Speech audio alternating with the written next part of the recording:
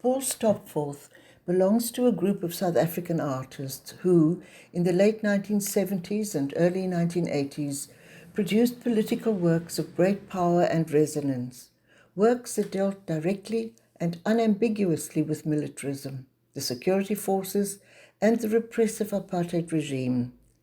Between about 1977 and 1983, Stopforth created a series in 2 and 3 dimensions titled Torture and Death in Detention. They ranged from falling figures cast from life to paying homage to the bruised corpse of Stephen Bantu Biko, leader of the Black People's Convention. Biko died in a Pretoria jail on 12 September 1977 from brain damage suffered in police custody. Stopforth was allowed privileged access to the autopsy photographs of Biko's severely beaten and bruised corpse, and these became the source for a haunting series of drawings and paintings. Famous among the latter are interrogators in the Iziko South African National Gallery Permanent Collection and Elegy in the collection of the Durban Art Gallery.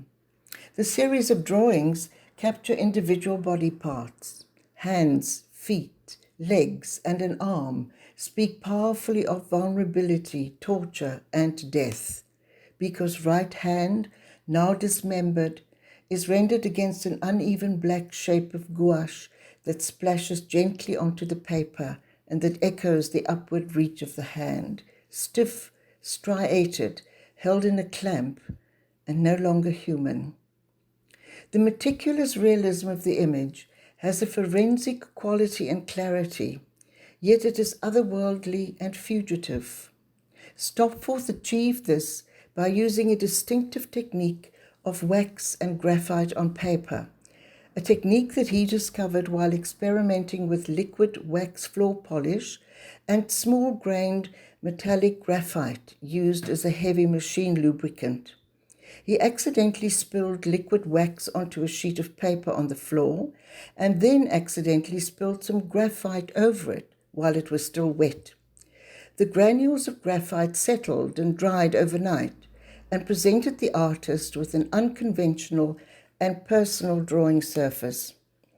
Line is painstakingly created by scratching into the dark surface with a needle that is attached to a thin wooden rod and that reveals the pale wax beneath. Stopforth built layer upon layer until the blacks were sufficiently dense and the image emerged to his satisfaction. The result is a ghostly chiaroscuro that speaks metaphorically of secrecy and disclosure in a world of political oppression and abuse of state power in 1977 and today. Medium and materiality have remained important for Stopforth throughout his career. Responding to the conceptualist trends in art in the late 1970s, he observed that many South African artists had to a degree lost faith in painted, drawn, or sculpted images. They moved to the periphery of theatre, happenings, film, and videos.